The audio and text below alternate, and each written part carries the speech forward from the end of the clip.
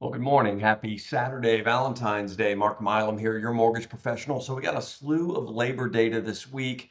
And the week prior, we had seen a lot of weakness in the labor data between the job openings, labor turnover report, ADP report, jobless claims spiked the prior week. And so we had eyes on this past week as it approached with these new labor data reports, including the non-farm payroll. Were we going to see continued weakness? And mortgage rates were really poised to move to some of the best levels we've seen post-pandemic had that happened. Unfortunately, that did not happen. Maybe unfortunately, depending upon how you want to look at the data.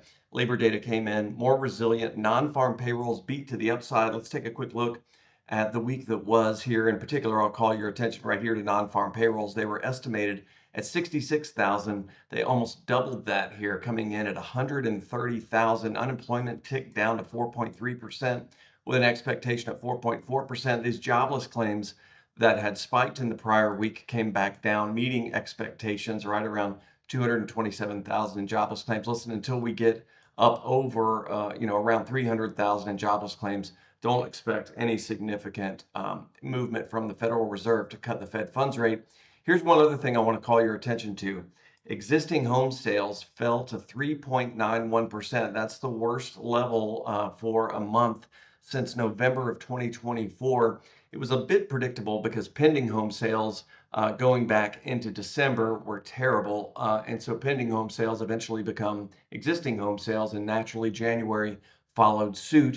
It was a slow start to the year for a lot of reasons. Some of that's weather related, some of that is the affordability issues, and a lot of that is concerns around the labor market. While the labor data itself didn't necessarily paint a distressing picture, we all know there seems to be a bit of labor hoarding, not a lot of terminations, but not a lot of hiring, and that's usually an indicator of a labor slowdown in the offing. What else happened this past week? We'll finish out with consumer price index. Measure of inflation came in under expectations at 2.4%. That's a nice exhale moment for our Federal Reserve, as they can not necessarily need to get into rate cutting mode, but they certainly don't need to have any entertainment of rate hikes to get inflation under control. Inflation appears to be moderating as we move towards spring. A big factor in that is owner's equivalent of rent. It's the largest segment of consumer price index, and that came down to some of the lowest levels we've seen post-pandemic. So ultimately, relatively good news. Mortgage rates are still in a nice spot, and mortgage rates actually shrugged off some of that higher labor data reporting, that higher non-farm payroll number this past week. Perhaps that's because the annual revisions keep coming in lower and lower and lower.